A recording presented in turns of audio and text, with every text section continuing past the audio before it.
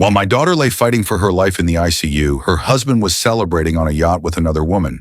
That's not a metaphor, not an exaggeration, not a scene from a Netflix drama. That was my life. My name is Arthur Bennett. For 30 years, I sat on the bench as a family court judge, presiding over custody battles, betrayals, and the worst sides of human greed. I thought I had seen it all, but nothing prepared me for the day I stood in ICU room 314 at St. Mary's Regional Hospital watching the rise and fall of my daughter Laura's chest under a ventilator, while my son-in-law, Dr. Adrian Clark, flaunted his new life on social media. The machines hummed steadily. The fluorescent light flickered across Laura's wedding ring, still on her finger, still catching light as if holding on to the promises of a marriage that had already been betrayed. I tightened my grip on the side of her bed, feeling the cold steel rail press into my palm. And at that very moment on the other side of town, Adrian raised a glass of champagne on a $47,000 yacht docked at Slip 47 in Marina Bay. Beside him, not my daughter, but Vanessa Liu, his mistress smiling in a red bikini for the camera. The photo was posted at 4:23 p.m., time-stamped by Instagram metadata, the same time my daughter was undergoing emergency brain surgery. This is not just family drama. This is true crime in real life. I knew betrayal. I had judged hundreds of cases where husbands lied, where wives forged documents, where money destroyed love. But seeing betrayal unfold in my own family cut deeper than any case file ever could. And yet what I saw was only the surface. Because behind the champagne toasts and Instagram stories was a pattern, a chilling blueprint, forged documents, stolen money, a life insurance policy worth millions, and a plan that could end with my granddaughter Sophie losing her mother forever. As I stood by Laura's bedside, the nurse whispered to me, "Judge Bennett, there's something you need to know." Her voice trembled. Her hands shook as she passed me a manila folder. Inside was a copy of a do not resuscitate order filed at 3:17 p.m. with Adrian's signature. But I knew where Adrian was at 3:17. He was still on that yacht 20 miles away from shore. Instagram proved it. The signature was too neat, too careful. It was a forgery. Hook question for you, the viewer. What kind of husband throws a yacht party while his wife lies in a coma? What kind of man forges life or death documents while toasting new beginnings with another woman? And how far would you go if it was your daughter, your only child, fighting for her life while the man who vowed to love her plotted her death? This is not just a story. This is betrayal. This is revenge. This is family drama colliding with true crime. And as you watch, remember these words: documentation wins. Always. When I first held that manila folder in my hands, my pulse froze. The nurse's voice still echoed in my ears. "Judge Bennett, there's something you need to know." Inside was a copy of a do not resuscitate order. It was dated yesterday at 3:17 p.m. The handwriting looked sharp, neat, careful. Too careful. I had presided over thousands of legal documents in my 30 years on the bench, and I could spot a forged signature faster than most lawyers could open their briefcases. Adrian Clark's usual handwriting was sloppy, hurried, the scrawl of a surgeon accustomed to rush notes and prescriptions. But this was deliberate. A forged DNR. My stomach tightened. Who forges a do not resuscitate order for his wife? Only a man who profits from her death. I thought back to that same hour, 3:17 p.m. I had seen the Instagram story myself. Vanessa Liu in her red bikini raising a glass of champagne beside Adrian on the yacht. The caption read, "To new beginnings," the timestamp 4:23 p.m. 23. But I knew from the metadata that the photo was taken much earlier while Laura was in surgery. That meant Adrian was still on the yacht when the so-called DNR was filed. It was impossible for him to sign it in person. That piece of evidence alone was enough to rattle any courtroom. Yet this wasn't a courtroom. This was my daughter's life hanging on a forged piece of paper. I felt the betrayal deepen when I checked the visitor logs for ICU room 314. Adrian's name appeared only twice in 2 weeks, October 15th at 7:22 p.m. and October 18th at 11:45 a.m. That was it. 2 visits, both less than 10 minutes, both stiff and cold, according to the nurses. He never sat beside her, never held her hand, never whispered words of encouragement. In 23 years of service, Nurse Helen Ramirez told me she had never seen a husband refuse to touch his wife's hand. But that was Adrian. He had already left Laura behind.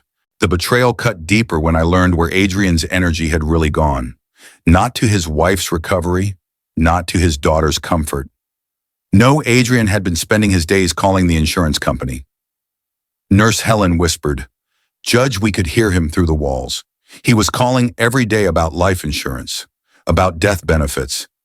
She showed me the notes she had taken in fear. $2.3 million. That was the policy. I remembered clearly when Laura first mentioned it. Adrian had insisted.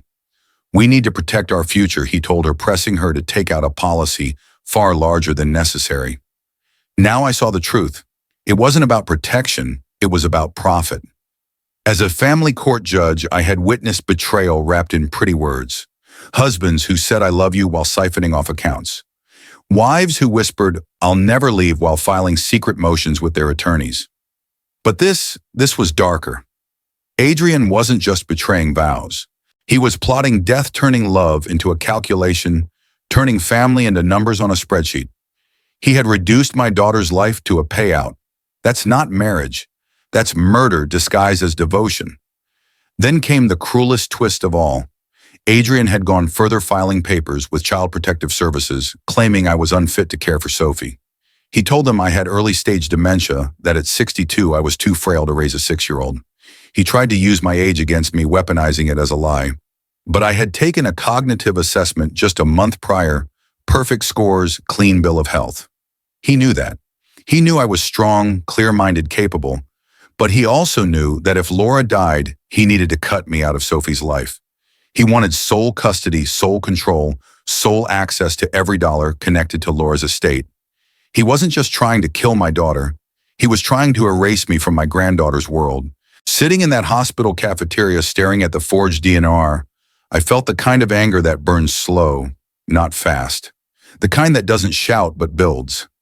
I thought of Sophie's smile, her brown hair that looked just like her mother's when she was little. I thought of the nights I had rocked Laura to sleep, the mornings I drove her to school, the promises I made to protect her no matter what. And now, decades later, I was being tested. Adrian thought he could isolate Laura, control Sophie, and push me out with lies and forged documents. He underestimated me. He forgot that I spent 30 years dissecting liars on the witness stand. He forgot that I never lost a custody case when the truth was on my side. The betrayal was total. Adrian Clark, Harvard-trained surgeon, had become nothing more than a con man in a white coat.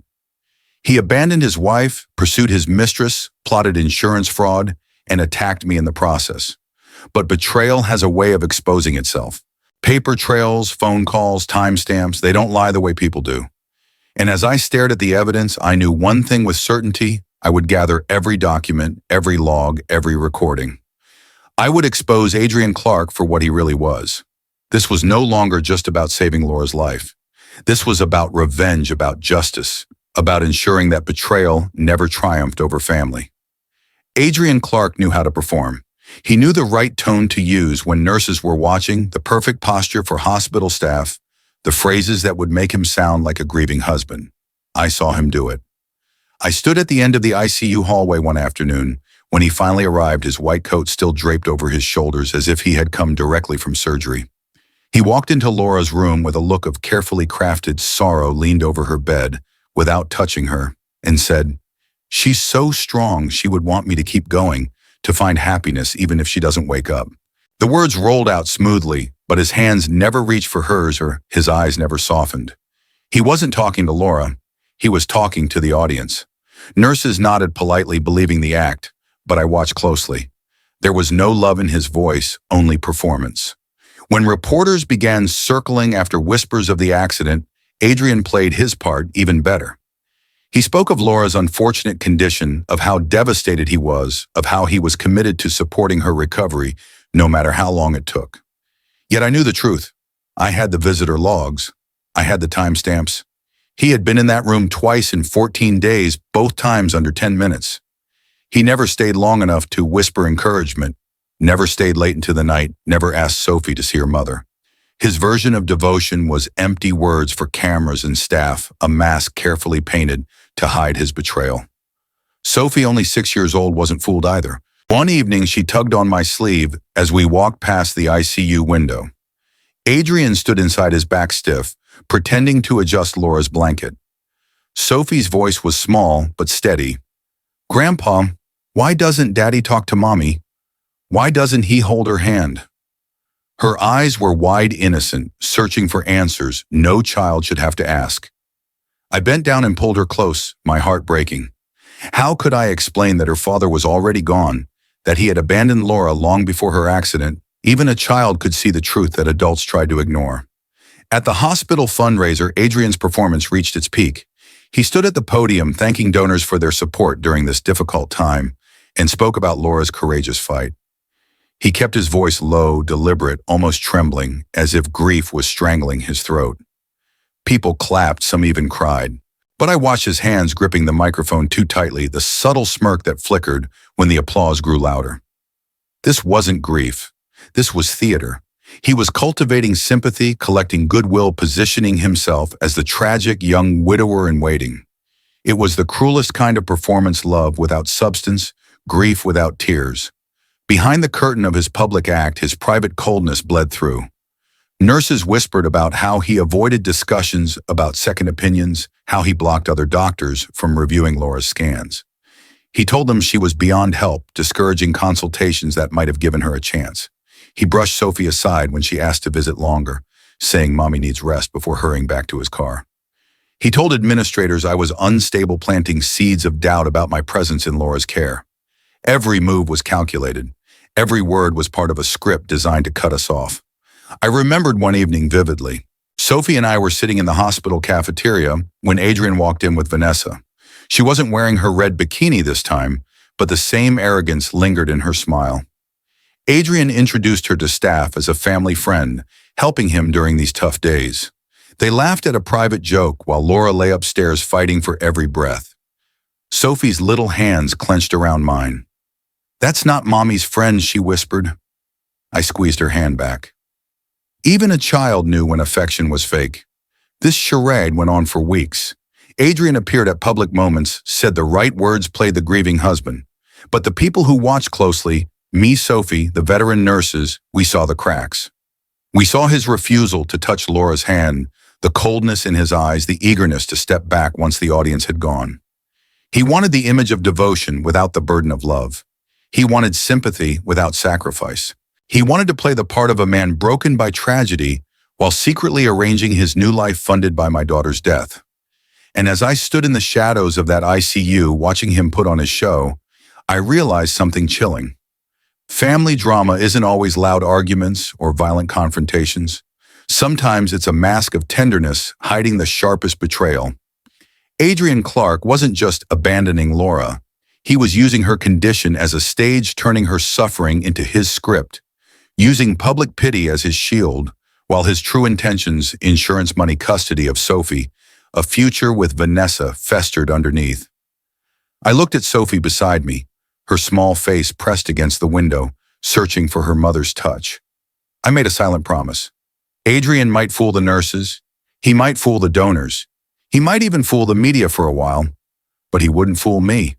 And he wouldn't steal my granddaughter's future, because masks always slip. And when his did, I would be ready with every document, every record, every truth. I sat by Laura's bedside long after visiting. Hours ended the steady rhythm of the machines, filling the silence, their digital beeps, marking time, like the ticking of a courtroom clock. I slipped into the room through the entrance. The night guard never watched, an old habit from decades spent knowing which doors led to truth and which doors led to lies. Her hand lay in mine, warm, fragile, but alive. I could feel the faint pulse under my thumb, proof that she was still fighting, proof that she had not given up. As I held her hand, memories crowded my mind. I saw her at 8 years old, pigtails bouncing as she ran to me after school shouting, "Daddy, guess what I learned today?" I remembered helping her with homework late into the night, sitting in the bleachers during her high school softball games, standing proudly at her college graduation. She had trusted me then, and she still trusted me now, even if she couldn't speak. And I knew in that moment that I would protect her with the same determination I once carried into the courtroom. For 30 years, I had presided as a family court judge. I had seen fathers lie to keep children away from their mothers. I had seen mothers forge signatures to seize property that wasn't theirs. I had seen siblings destroy one another in pursuit of inheritance. In those years, I learned the brutal truth: the people who shout the loudest about love are often the ones hiding the darkest betrayals. But I also learned something else: documentation wins. Paper trails don't lie. Bank records, phone logs, timestamps. These are the weapons that expose the truth. And now, for the first time, I wasn't just defending strangers. I was defending my own daughter against a man who vowed to cherish her, but chose instead to profit from her death. When Adrian called me a washed-up small-town judge who can barely remember what day it is, the words cut deep. Not because they were true, but because they were meant to humiliate, to strip me of my authority, to make me doubt myself. He wanted me to believe I was powerless. But those years on the bench had taught me more than he realized. I had memorized the way liars breathed heavier when confronted with evidence. I had studied the silence between words when someone tried to cover a hole in their story. I had watched abusers hide behind charm and calculated kindness while their victims trembled in silence. Adrian thought he was clever, thought his Harvard degree gave him an advantage. But he underestimated the kind of education you get from 3 decades of true crime unfolding inside your courtroom every single day. I replayed our phone call in my head, the way he said Sarah is going to die, and when she does, I'm going to remarry. Sophie will have a new mother, a functioning one. Those words landed like blows, sharp and merciless. But even as my chest burned with rage, I kept my voice calm. That's what the bench taught me: never let emotion win the first move. Still, his arrogance revealed everything. He believed he could write me out of the story, silence me, and replace my granddaughter's life with a version more convenient for him. That was his mistake. You don't erase a father. You don't erase a judge. You don't erase the truth. As the night stretched on, I walked to the hospital window and looked out at the dim parking lot. I thought about all the families I had protected over the years. I remembered the tears of children whose voices I fought to preserve in custody battles, the relief of women who finally broke free from husbands who controlled their every move, the gratitude of grandparents who stepped up when parents failed. I had sworn an oath to protect families, and I had honored it every day of my career. Now the oath had come home. Laura needed me. Sophie needed me. And this time there was no gavel, no bailiff, no attorneys. There was just me, the evidence I would collect, and the quiet rage of a father turned into a soldier of truth. Adrian wanted me to feel powerless. He wanted me to believe his medical title, his white coat, and his stage performances made him untouchable. But I knew better. Titles don't protect you from the truth. White coats don't erase forged signatures. Cameras don't erase the absence of love. And money, especially stolen money, always leaves a trail. I vowed then that I would gather every document, every receipt, every phone log. I would build a case so airtight that not even Adrian Clark's arrogance could puncture it. As I leaned close to Laura and whispered, "Sweetheart, Daddy's here, and I will protect you," her heart rate spiked for just a moment on the monitor. A flicker of recognition, a fight rising inside her. It was all the confirmation I needed. This wasn't just about waiting for justice. This was about taking action. This was about revenge, not petty, not reckless, but deliberate revenge, the kind rooted in evidence, the kind that ensures a man who betrays his wife, his child, and his vows faces the full weight of the truth. That night, as I wrote my notes and organized the folder Helen Ramirez had given me, I made a promise to myself. Adrian Clark had declared war on my family. He had insulted me, underestimated me, and attempted to steal not just money but lives. He had chosen betrayal, thinking it would remain hidden behind charm and deception. But betrayal leaves marks, and I had spent 30 years tracing those marks to their source. This wasn't just my daughter's fight anymore. This was mine, and I was going to win it with the only weapon that never fails proof. The night I decided to fight back, I knew I couldn't do it alone. 30 years on the bench had taught me that betrayal, this deep, required more than righteous anger. It required a plan, allies, and the kind of proof that could survive the scrutiny of both a courtroom and the FBI. I picked up my phone and dialed a number I hadn't used in years. Victor Delgado, once an FBI agent specializing in white-collar crime, now a private investigator. I had helped him keep custody of his kids during a bitter divorce 2 decades ago, and he had always told me, "Judge Bennett, if you ever need me, I owe you." Now I was calling in that favor. He answered on the second ring. "Judge, it's been a long time. What do you need?" My voice was steady, deliberate. I need you to investigate my son-in-law. Financials, communications movements, everything. He's been forging documents and stealing money while my daughter fights for her life. I heard the pause, the shift in Victor's tone. This sounds serious. It's worse than serious. It's attempted murder. I transferred $25,000 from my retirement account that night, and when the rage still burned the next morning, I doubled it to $50,000. This wasn't an expense. This was an investment in truth. But I knew money and a private investigator wouldn't be enough. I called my attorney, Margaret O'Connor, a woman I trusted more than anyone in the legal world. She had handled my late wife's estate with compassion and precision, and she knew how to move fast. At 4 a.m, she picked up the phone, her voice groggy. "Bill, it's early. What's wrong?" I laid it out: the forged DNR, the insurance calls, Adrian's threats to take Sophie, the lies about my mental state. She didn't hesitate. "We file an emergency petition for guardianship of Sophie first thing. We gather witnesses, and we start a financial investigation immediately." Her decisiveness steadied me. She knew the system, and she knew how to protect what mattered. Adrian thought he could isolate me. He forgot I spent my life building alliances with people who don't break under pressure. Margaret introduced me to Dr. Alan Park, a forensic accountant who had spent 22 years with the FBI's Financial Crimes Unit before going private. He sat across from me in my study laptop, open spreadsheets flickering in the glow of a desk lamp. "Your son-in-law is either arrogant or stupid," he said, scrolling through numbers. "He's been siphoning money in small amounts from your daughter's trust fund, always under $10,000 to avoid federal reporting, but consistent, systematic." Alan tapped a line on the screen. October 8th, $8,500 withdrawn. October 9th, $8,200 spent at Cartier. Receipt shows a diamond bracelet purchased for Vanessa Liu. October 15th, another withdrawal, same day he rented that yacht. The totals mounted $340,000 in 4 months. Laura's money stolen while she lay unconscious. And this was just the surface. Alan smiled grimly. The good news: he left digital fingerprints everywhere. Hospital logins, IP addresses, timestamps. He was sloppy. The arrogance of betrayal always leaves a trail. At the same time, the nurses became my unexpected allies. Helen Ramirez had already risked her career by giving me the forged DNR copy. Then came Evelyn Carter, a night shift nurse who stopped Adrian at 2 a.m. when he tried to administer an unlabeled syringe to Laura. She secured the syringe, sent it to the lab. The result: potassium chloride, concentrated enough to stop a heart in minutes.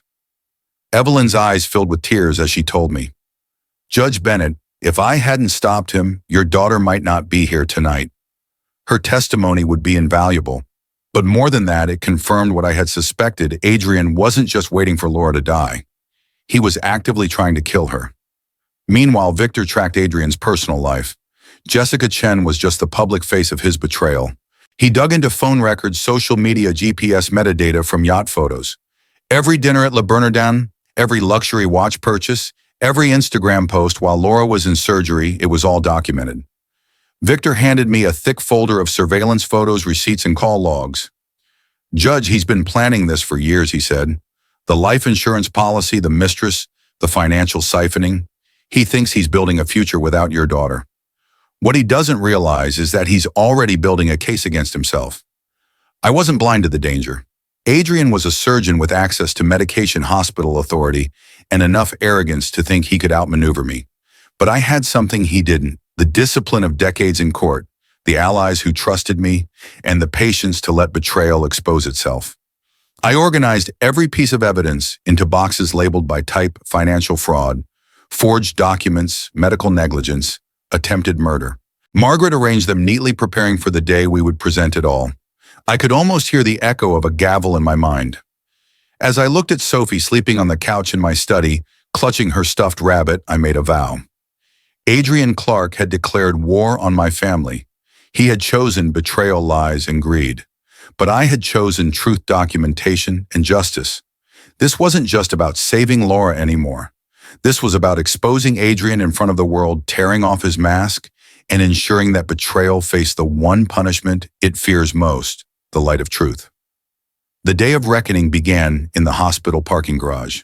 I had studied the footage, I had heard the whispers from the nurses, and I had read every line of the forensic report.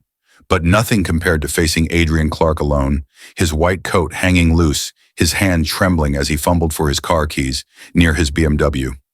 I stepped out from the shadows of level 3, the concrete echoing beneath my shoes. "Adrian," I said, my voice calm but sharp. He froze, turned slowly, his eyes darting like a trapped animal. "William, you shouldn't be here. Security has your photo." I took a step closer. "You know what's interesting about security cameras, Adrian? They don't just keep me out. They also record everything, including you wandering into the ICU at 2 in the morning with an unlabeled syringe." His face went pale. His keys clattered to the ground. I bent, picked them up, and held them in my palm. "Potassium chloride, Adrian. Concentrated enough to stop a heart in minutes. Nurse Evelyn Carter stopped you, and the lab confirmed it. That wasn't medicine. That was murder." His lips moved desperate. "That was routine medication." I stepped closer. "Really? Because hospital policy requires all medication to be labeled. No doctor's signature, no pharmacy order. Just you, a syringe, and intent." His silence was louder than any confession. I leaned closer. "You tried to kill my daughter and you failed. Now it's my turn." By the time the courtroom doors opened, the evidence was ready. Department 12, Riverside County Family Court, the same room where I had once presided for 15 years. Now I sat as petitioner, fighting for Sophie, fighting for Laura, fighting for justice. The gallery was packed: reporters, FBI agents, hospital staff, even parents from Sophie's school. Judge Caroline Foster presided, sharp eyes watching every move. Across from me sat Adrian in an expensive suit, his attorney Marcus Klein, flipping through papers with sweaty hands. The performance was over.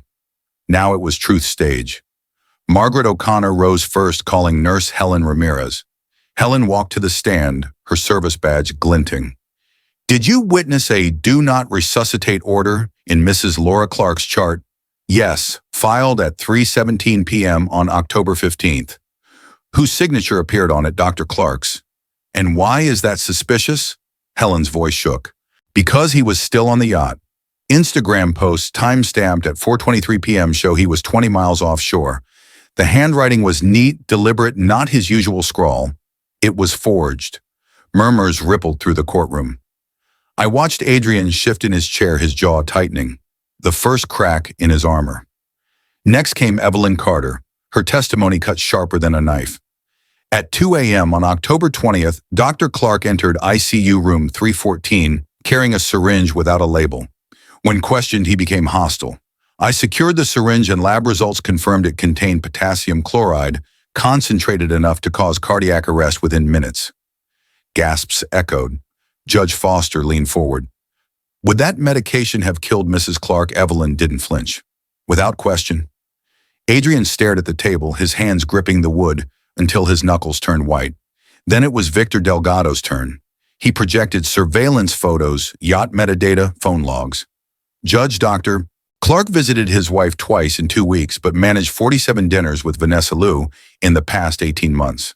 He withdrew $8,500 on October 8th, then spent $8,200 at Cartier the next day on jewelry for his mistress. He rented a yacht for $47,000 the same weekend his wife was undergoing emergency brain surgery." The gallery buzzed. Headlines were being written in real time. Dr. Alan Park followed, spreadsheets glowing on the screen. Over 4 months, $340,000 was siphoned from Mrs. Clark's trust fund. Withdrawals timed perfectly with luxury expenses. Hospital system records show Dr. Clark's ID was used to access accounts while he was simultaneously log performing surgeries. Impossible. Unless he committed computer fraud. Judge Foster nodded, her pen scribbling furiously. Finally, Special Agent Karen Holt from the FBI took the stand. Her words were final nails in Adrian's coffin. "Our investigation uncovered deliberate tampering of Mrs. Clark's vehicle brake line. Forensic mechanics confirmed the cut was made with surgical tools. Additionally, laptop records seized from Vanessa Liu show email correspondence celebrating what they called the successful accident. This was a conspiracy to commit murder for insurance fraud." The room exploded in shock. Adrian's head snapped up, his face drained. His attorney attempted a weak defense, stammering about stress, about medical judgment calls, about misunderstanding. But the gallery wasn't fooled. Judge Foster wasn't fooled. I rose from my seat, my voice steady as I delivered my final words. Adrian Clark forged a DNR while partying on a yacht. He stole $340,000 from his wife's trust fund. He sabotaged her car with surgical precision. He tried to inject her with poison as she lay helpless in the ICU. And he dared to stand here pretending to be a grieving husband. I have spent 30 years in family court, and I know one truth above all: the husband who fights hardest to keep people away from his dying wife always has something to hide. And today we have found what he was hiding. Judge Foster's gavel struck. Her voice carried through the silent room. Emergency guardianship of Sophie Bennett is granted to Arthur Bennett. Dr. Clark's parental rights are suspended pending resolution of criminal charges. All marital assets are frozen. Dr. Clark is remanded into federal custody. FBI agents rose from the back cuffs, glinting as they fastened around Adrian's wrists. The mask was gone. The performance was over. He looked at me one last time, eyes wide with fear. I didn't speak. I didn't need to. The evidence had spoken for me. Documentation wins. Always. The verdict echoed across the nation like a thunderclap. The moment Judge Foster's gavel came down, declaring Adrian Clark guilty on all counts, the story exploded beyond the walls of the courtroom. That night, every major network led with the same headline: Bay Area surgeon sentenced for attempted murder, insurance fraud, and conspiracy. His smiling photo from the hospital website was placed side by side with the mugshot taken just hours later. White coat replaced by an orange jumpsuit, arrogance stripped away, fear etched into every line of his face. Adrian Clark was sentenced to 25 years to life, with no possibility of parole for the first 25. The judge's voice was cold, deliberate. Dr. Clark, your actions represent not only a betrayal of your wife and daughter, but a violation of the sacred trust society places in physicians. You are hereby remanded to the state penitentiary. The words hit like iron bars closing shut. I looked across the courtroom and saw Adrian slump, the fight gone from his eyes. He knew it was over. His Harvard degree couldn't save him. His wealth couldn't save him. His lies couldn't save him. The truth had finally crushed the performance. Vanessa Liu didn't escape either. 8 years in federal prison for insurance fraud and conspiracy with the possibility of parole after 4. She cried when the sentence was read, pleaded for leniency, claimed she was manipulated by Adrian. But the evidence was clear: emails planning the successful accident credit card charges tied directly to Laura's stolen funds. Instagram photos with champagne glasses raised as my daughter fought for her life. The jury saw through her tears. Betrayal doesn't vanish under mascara. It lingers, undeniable. Every asset Adrian and Vanessa touched was seized. The yacht sold at federal auction. The Cartier bracelet, the Patek Philippe, watch the Tiffany necklace, all liquidated to pay restitution. Laura's trust fund restored. Sophie's future protected. They built their empire on theft and lies, and now every brick of it had been torn down in public view. The case didn't just stay in Riverside County, it went national. Channel 7's coverage turned into a multi-part series. The surgeon who tried to kill for love and money ran across True Crime Network's podcasts, YouTube channels. Hashtags trended: Shiricha family drama, Shirich true crime justice, Shiricha documentation wins. Reporters camped outside the courthouse, interviewed neighbors, pieced together the story like a puzzle. The brake lines cut with surgical tools, the forged DNR, the late-night calls to insurance companies. Americans everywhere shook their heads in disbelief. A man trained to heal had become a man who plotted to kill, and it was his own wife he tried to bury for profit. I watched it unfold, not as a judge, but as a father. In every news report, Laura's name appeared, beside words like victim and survivor. I felt rage, but I also felt relief. People finally knew the truth. They finally saw the Adrian I had seen: the coldness, the calculation, the betrayal hidden behind the mask of a perfect husband. He wasn't perfect, he was a fraud, and now everyone knew it. The hospital issued a statement suspending and then revoking his medical license permanently. They called his actions a stain on the profession. His colleagues distanced themselves, ashamed they had once trusted him. Former patients called into hotlines, horrified that the doctor, who once held their lives in his hands, had been capable of trying to murder his wife. Trust is fragile, and Adrian shattered it forever. The financial restitution was staggering. Beyond the $340,000 he had siphoned from Laura's accounts, punitive damages pushed the total to over $1 million. His debts mounted. Legal fees consumed what little remained. The man who had once toasted champagne on a $47,000 yacht now ate meals in a prison cafeteria. His wealth stripped, his reputation annihilated. The public obsession grew. Courtroom sketches of him in chains were printed on front pages. True crime podcasts dissected every detail. Families around the country whispered about it at dinner tables. Did you hear about the surgeon who tried to kill his wife for the insurance money? It became a cautionary tale, a modern parable of greed and betrayal. In my 3 decades on the bench, I had seen plenty of cases fade into silence. This one would not. This one became legend.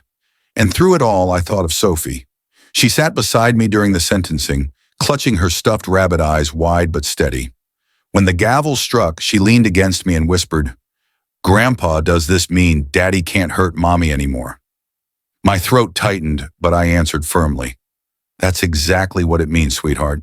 He can't hurt her ever again." Justice isn't always about punishment. Sometimes it's about safety, about restoring peace to the people betrayal tried to destroy. For me, the consequences weren't just Adrian's sentence or Vanessa's prison term. The true consequence was clarity. Betrayal had been dragged into the light and the truth had prevailed. My daughter's name was cleared. My granddaughter's future was secured. And my role as protector was fulfilled not by violence, not by rage, but by proof. Because documentation wins, always. 3 months after the verdict, in the quiet of room 314, the miracle I had been waiting for finally happened. Laura's eyelids fluttered, her lips parted, and I heard the faintest sound, a whisper I had almost given up hope of ever hearing again. "Dad." The machine still hummed, the ventilator still sighed, but her voice, weak and trembling, cut through every layer of despair I had carried for months. I leaned forward, gripping her hand, tears welling in my eyes. "I'm here, sweetheart. I've been here every day." Her gaze was cloudy, unfocused at first, but then her eyes landed on me, recognition dawning slowly, painfully. That moment, after months of silence, was the sound of victory over betrayal, over despair, over the man who had tried to take her away. Sophie burst into the room moments later, her backpack bouncing as she ran, her stuffed rabbit clutched tightly in her arms. "Mommy!" she cried, climbing onto the bed with a determination that only a child's love can give. Laura's arms, though weak, lifted just enough to hold her daughter close. Both of them wept, and I found myself crying too silently, the tears of a father who had nearly lost everything. No courtroom victory, no prison sentence could equal the power of that embrace. As Laura regained fragments of memory, the truth of her accident surfaced. "Dad," she whispered one evening, her voice stronger now after weeks of therapy. "I remember the brakes. I pressed but nothing. The car didn't stop. Adrian was angry that morning, shouting about money, about bills. I was so scared. Her words broke something in me and healed me at the same time. I had suspected it, the forensic reports had confirmed it, but hearing it from her lips turned suspicion into reality. Adrian hadn't just abandoned her after the crash. He had created it. The betrayal was total. Yet Laura's voice didn't carry hate, only exhaustion. "I should have seen it sooner. I should have listened when you warned me." I shook my head, taking her hand. "You were in love, Laura. You believed in him. That isn't weakness. That's what makes you human." The doctors called her recovery remarkable. Neuroplasticity, they said. Resilience, they said. But I knew it was something deeper. It was Sophie's voice reading to her every day, my hand holding hers. Every night, the collective will of a family, refusing to let betrayal have the final word. Slowly, she regained her strength, walking with help at first, then on her own. Each step was a testament to survival. Each breath a reminder that truth had prevailed. At home, the healing continued. Sophie chattered endlessly at the dinner table, recounting how Grandpa made pancakes every Sunday and how she had whispered to Mommy every night in the hospital. Laura smiled, tears shining in her eyes. "You kept her safe," she said to me one evening. "You kept me safe." I swallowed hard, my voice breaking. That's what fathers do. The media still called true crime shows, still wanted interviews, but I declined most of them. This wasn't about turning pain into entertainment. This was about giving Laura and Sophie a chance to breathe, to rebuild, to remember that life was more than betrayal and trials. Yet even in our private moments, the shadow of Adrian's actions lingered. Sophie would sometimes ask Grandpa, "Why did Daddy hurt Mommy?" I would pull her close, struggling for the right words. "Because he forgot what love means, sweetheart. But you don't have to worry anymore. He can't hurt her ever again." Laura nodded whenever she heard that, as if reaffirming it for herself. She no longer spoke Adrian's name, no longer dwelled on the years of lies. Instead, she focused on Sophie's laughter, on the warmth of family meals, on the small victories of walking unaided, or cooking her favorite meal again. Healing wasn't instant. It was slow, painful, uneven, but it was real. Sometimes at night, I stood at the window of our home, watching the lights of the Bay Area in the distance. I thought about everything: 30 years as a judge, every family I had protected, every child I had fought for. But none of it compared to the fight for my own daughter and granddaughter. Betrayal had tried to steal them. Adrian had tried to erase them, but truth had restored them to me.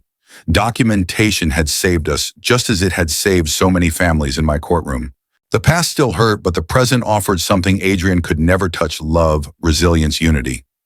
As I watched Laura tuck Sophie into bed, her voice soft and steady, I felt a peace I hadn't known in months.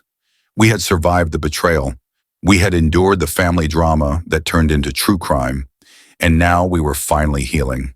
When I look back on everything, the forged documents, the stolen money, the poisoned syringe, the courtroom battles, it all feels like a storm that tried to erase my family. But storms don't last. Truth does, justice does, and love does. I spent 30 years believing the greatest power was the law, that what I did in the courtroom was the highest form of justice. But now I know the truth. The greatest power on earth is not money, not degrees, not titles. It's protecting your family. Because money can vanish, reputations can crumble, but the bond between a parent and child, between a grandfather and granddaughter, is unbreakable.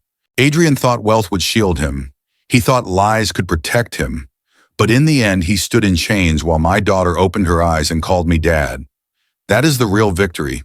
Not revenge for its own sake, but proof that betrayal never wins when family stands united. And maybe that's the lesson for all of us. Betrayal will come, masks will slip, people will show us their true selves. But if you hold on to the truth, if you document, if you refuse to give up on the people you love, then no storm can take them away. So if you're watching this and you've ever felt powerless, betrayed, or silenced, remember my words: you are stronger than the lies told about you. And the love you protect is the strongest force in the world. That is what carried me through the darkest nights. That is what brought my daughter back to me. And before you go, I want you to do something for yourself and for others who need to hear this. Drop your thoughts in the comments, tell me where you're watching from, or share if you've ever felt the weight of betrayal in your own life. Save this video so you can come back to it whenever you need strength. And if you believe, like I do, that family is worth fighting for, then hit subscribe right now, because more stories of family drama, true crime, and justice that inspires are coming, and you won't want to miss them. Money fades, betrayal crumbles, but protecting your family, that is forever. Documentation wins, always.